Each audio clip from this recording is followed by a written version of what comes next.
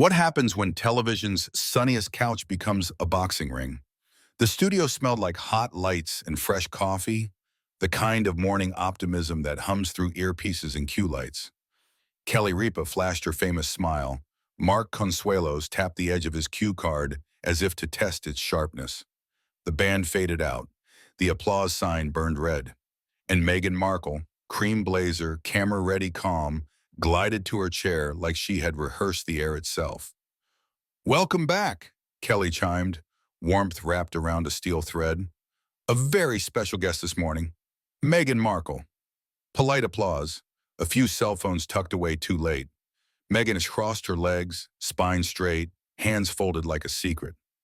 "Thank you for having me," she said, the vowels polished, the consonants precise. Mark started soft. "It's been quite a journey for you these last years." "It has," Meghan replied, "though I'll admit some of the pre-interview questions felt loaded. I'm hoping we keep it respectful." Kelly's smile didn't move, but something in her eyes did. "Respect's a must here. Honesty, too. Our audience values that." "Honesty," Meghan repeated, tasting the word. "Interesting for a show that runs on chatter and morning fluff." The laugh track that lives in morning TV died on impact.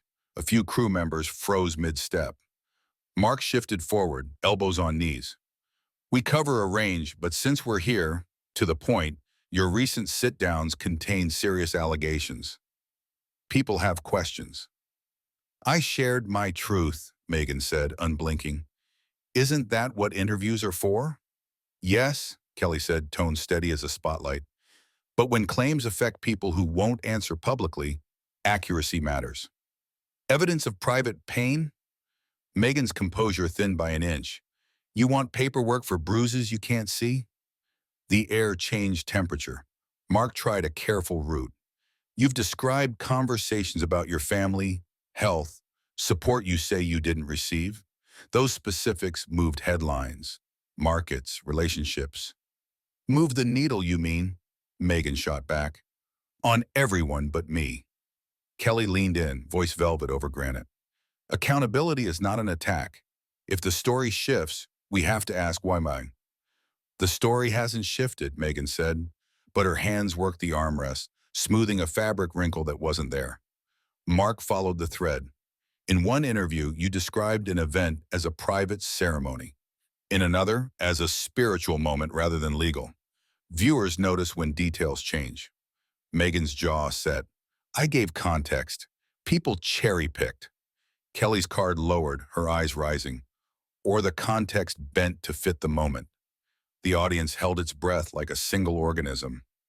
Somewhere in the control room, a producer mouthed, "Commercial?" Another shook his head like he was guarding a comet. Meghan stood. The chair scuffed the tile, a small, ugly sound. "I won't be lectured by people who build careers dissecting other people's lives." "We're asking questions," Kelly replied, rising too, smile long gone. "That's the job." "This feels like an ambush," Meghan said.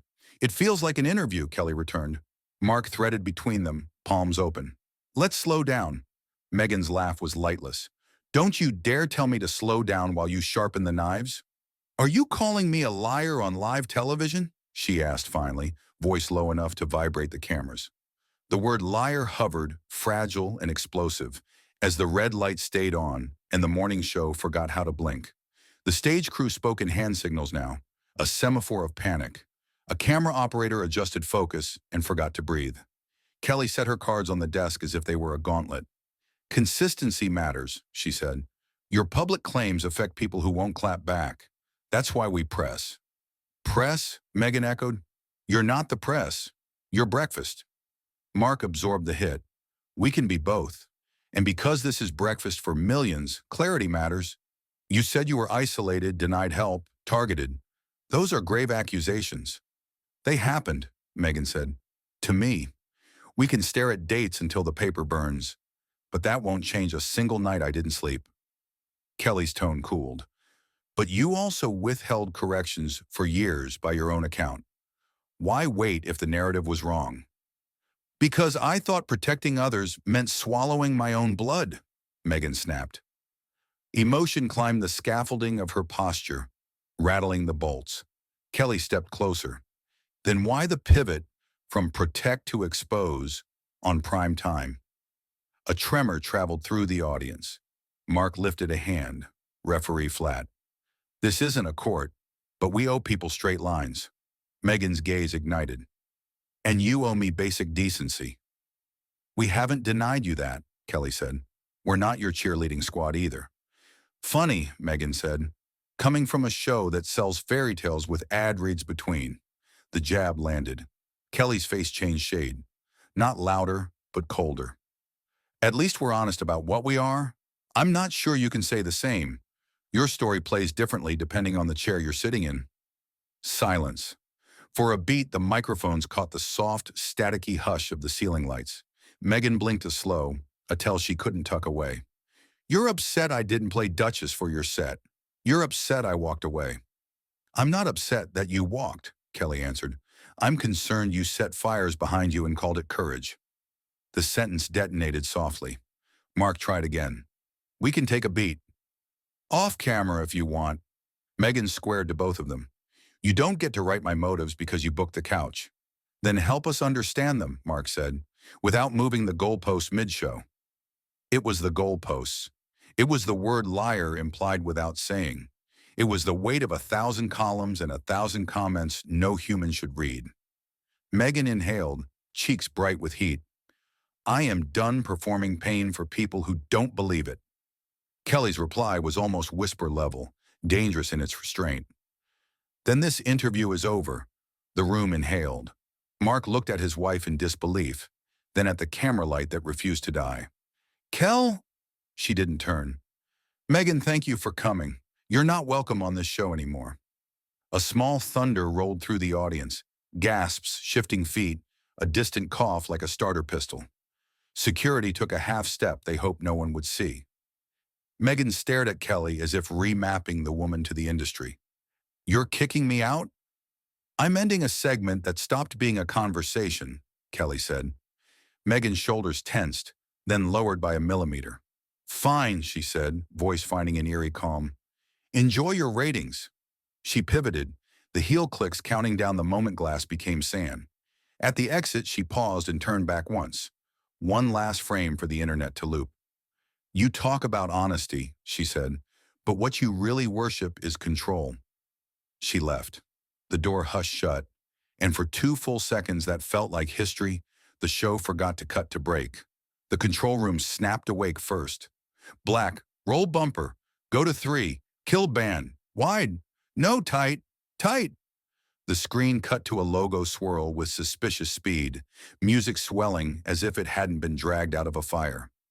On the floor, Kelly's hands shook over the cards she'd thrown away. Mark stood very still, a human lighthouse trying to decide where to send his beam. When the cameras returned, his voice was steady. We'll be right back with more live. It sounded like the kind of sentence that should come with a seatbelt. Commercials did their glittered, harmless best. A cereal laughed. A mattress promised 8 hours of bliss. In the breaks between, phones howled. Producers texted statements that had not yet been written. Legal drafted an email that began with, as a reminder. The network president was suddenly walking, everywhere. Backstage, the hallway felt colder. Meghan moved through it like a storm after it passes. Quiet skies, wreckage below. Her publicist kept pace, already on speaker with somebody. We'll call it hostile. We'll call it unethical, the voice said. Clip your exit. Own it. I don't want to own it, Meghan said. Her voice sounded surprised to hear itself. I want it to stop. Outside, a black SUV blinked awake. Paparazzi, 2, then 5, then more. Scented blood and breakfast. A producer held the stage door like a reluctant chaperone.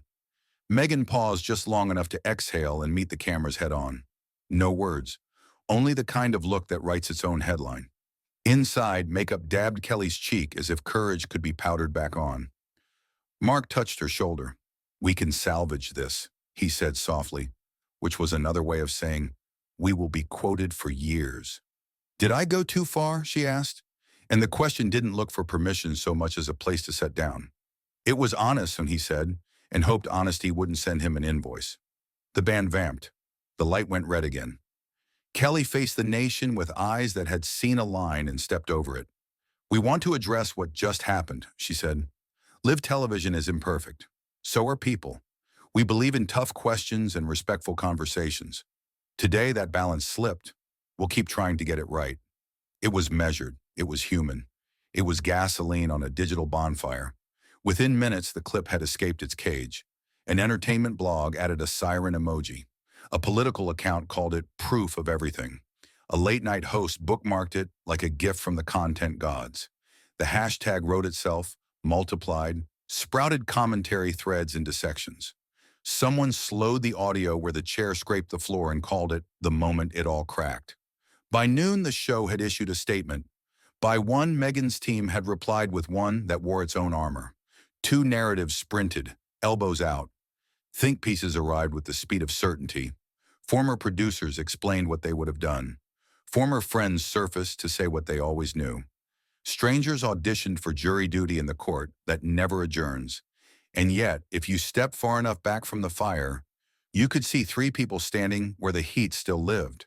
A host who values control and a medium built on it, a co-host who believes he can build bridges while the planks burn, and a guest who has run out of rooms willing to let her speak without asking for evidence she can't hold up to the light. In the quiet between notifications, Mark replayed the moment the segment jumped its tracks. One turn of phrase, one look. A dozen interviews worth of ghosts entering the room at once. Kelly placed the cards back in a neat stack, as if order could be coaxed out of paper. Meghan stared through the tinted window as the SUV merged into the day, the city blurring like a face you almost recognize. None of them would say it aloud, not yet, but they all understood a single truth that morning TV teaches with ruthless clarity. The red light doesn't just mean you're on. It means you're not getting this moment back. Somewhere, an editor cut the scene into a tight 30 seconds that would loop for the rest of the week. Somewhere else, a viewer poured another cup of coffee and said, "Did you see this?" And somewhere deeper than ratings, deeper than retweets, a line carved itself into the map of modern celebrity. Bright, jagged, unforgettable. Exactly where the smile cracked.